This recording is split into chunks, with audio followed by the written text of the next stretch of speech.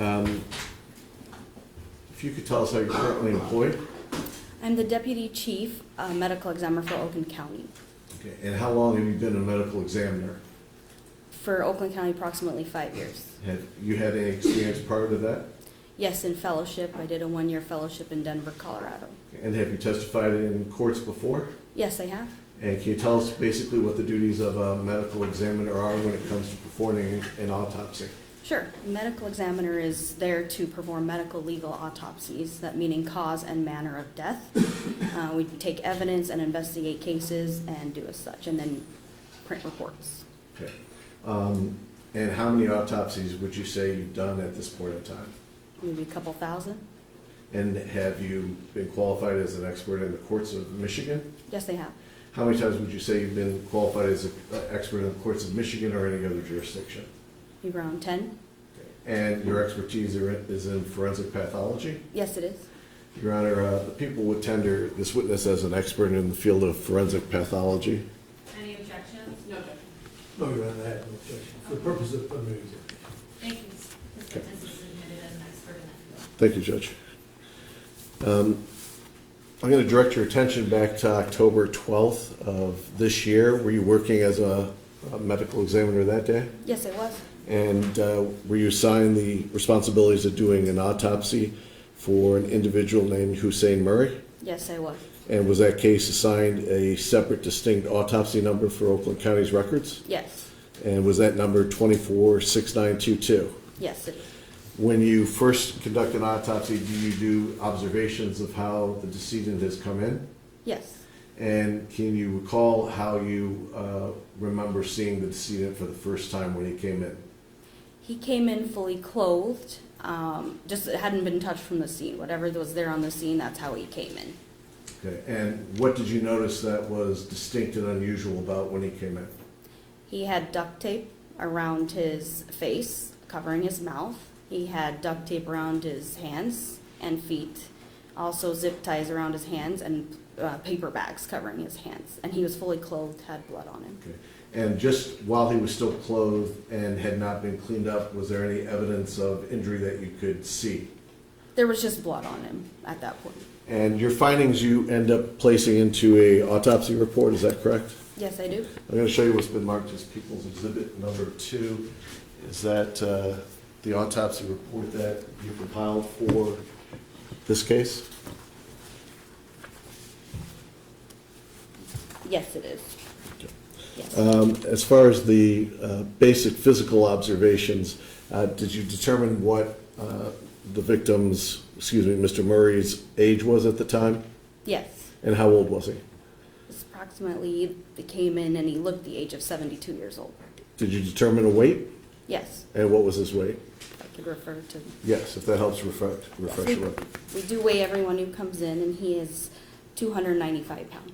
And did you determine the height? Yes, And what was the height determination? 72 inches. After that, did you start looking for evidence of injury? Yes.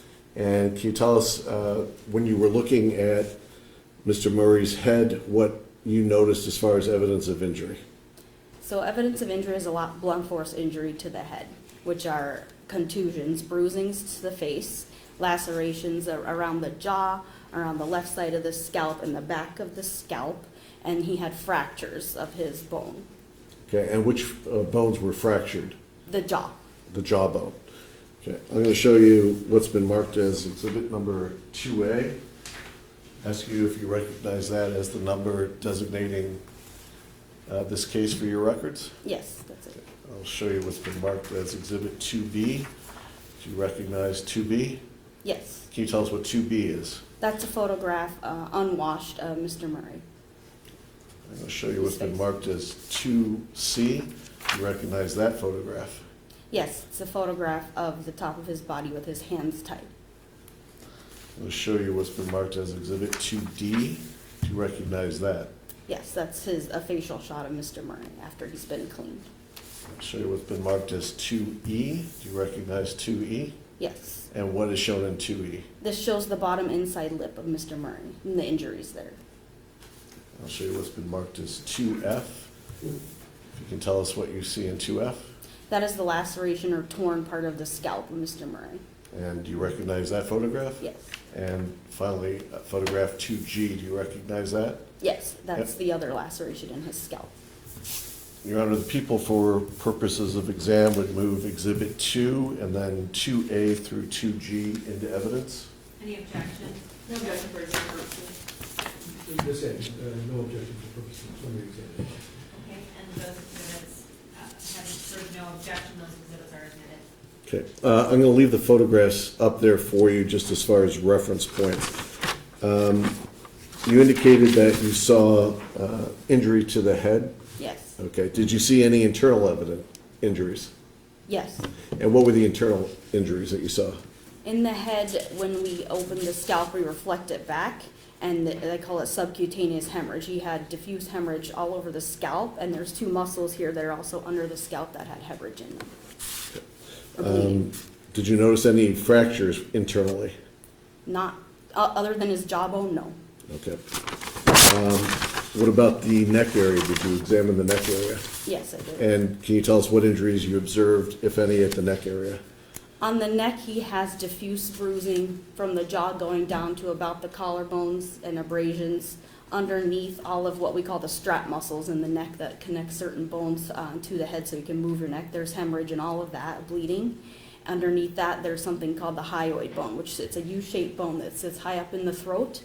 Both sides of these bones are fractured. Okay. Had you ever seen crushing like that before? I have in other cases, yes. Okay. And what kind of force or pressure does it take to do that? The kind of force and pressure it takes is something specifically on the neck, which is why I list neck compression as the cause of death. It's something like a strangulation in your hands or your foot or your knee or some kind of object specifically placed on the neck and crushing it. That's the force it takes to break that bone. Okay. The photographs that you've identified, there's some injuries to the top of the skull. How would you say that was done by blunt force trauma?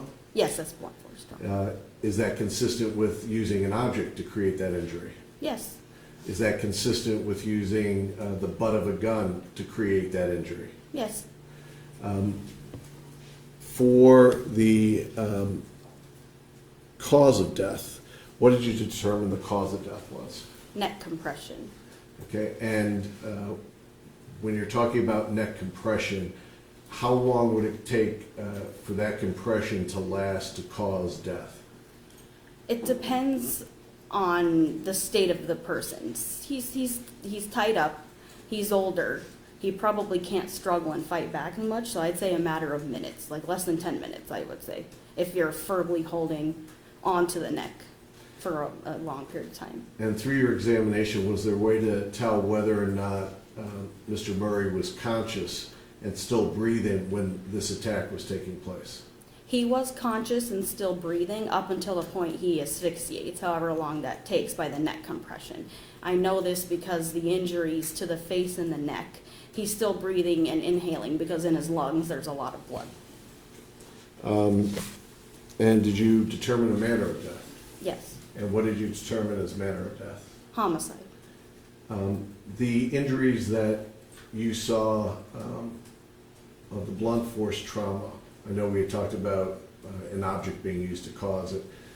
Are those injuries consistent with somebody being stomped while they're on the ground? Yes, can be. Okay. Is there anything inconsistent from what you saw with somebody being stomped on the ground? No. I don't have any other questions, Judge. Thank you. Cross-exam. Let me just have one moment. Sure.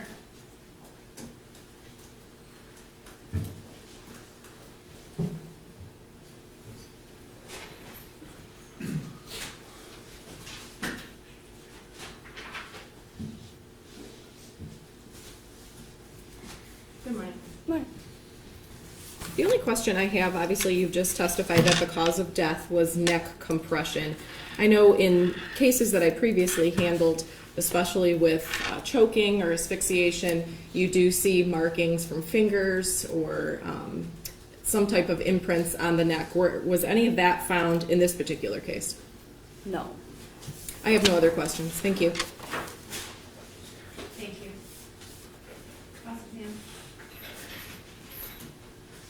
Thank you.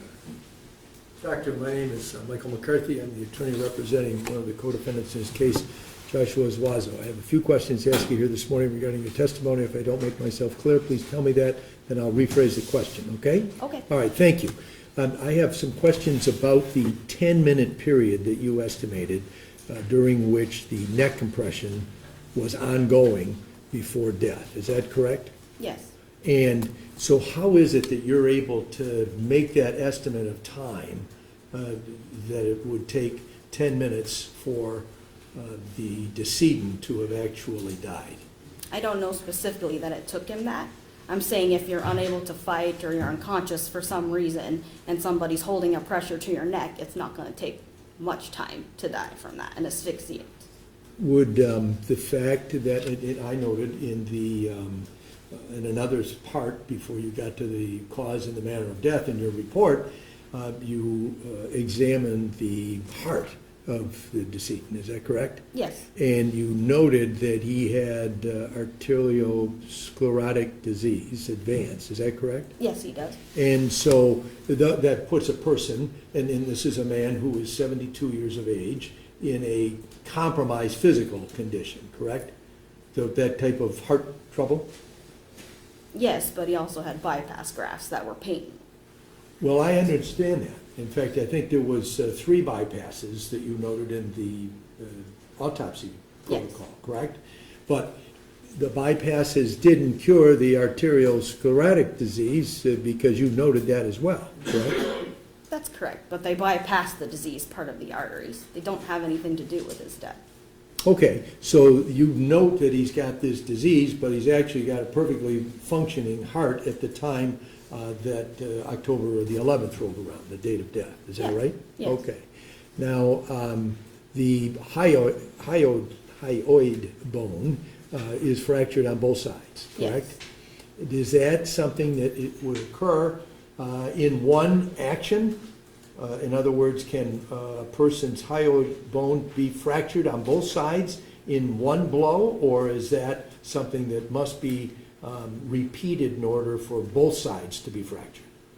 It's not necessarily like a blow. It's some kind of compression, something being held on the neck. Okay. It's not like you're someone in a car accident or jumping off a building and they fracture a bunch of bones. That never is fractured. This is something specific where there's compression exact on those points in the neck. So it You were could have been one asking- time and then maybe another time. Okay, you were asked during direct examination by Mr. Petrofessa about would the injuries you noted be consistent with being stomped by a foot? Do you Yes. remember that question? And your answer was that that was consistent, is that correct? Yes, he has other blunt force trauma, and I'm meaning the contusion on the outside and the bleeding in the neck. That is blunt force injury, stomped. But the hyoid bone specifically itself, not really from a stomp, more of a if you can take your foot and then hold it down on somebody's neck, if you imagine, you have to be compressing this part of the neck in a specific manner to cause that bone to fracture. But the other injuries, yes, from a stomp. And if a person of great size were to press their foot on someone's hyoid bone, on their neck, consistently, would that accomplish what you've just testified to? Yes, it could. Somebody that weighed in excess of 300 pounds. Yes, it could. Thank you. I've nothing for you. Thank you. No redirect, Judge. Okay, thank you. You can be excused. Judge, I have one last quick witness before the lunch break. Sure. If I could retrieve the exhibits.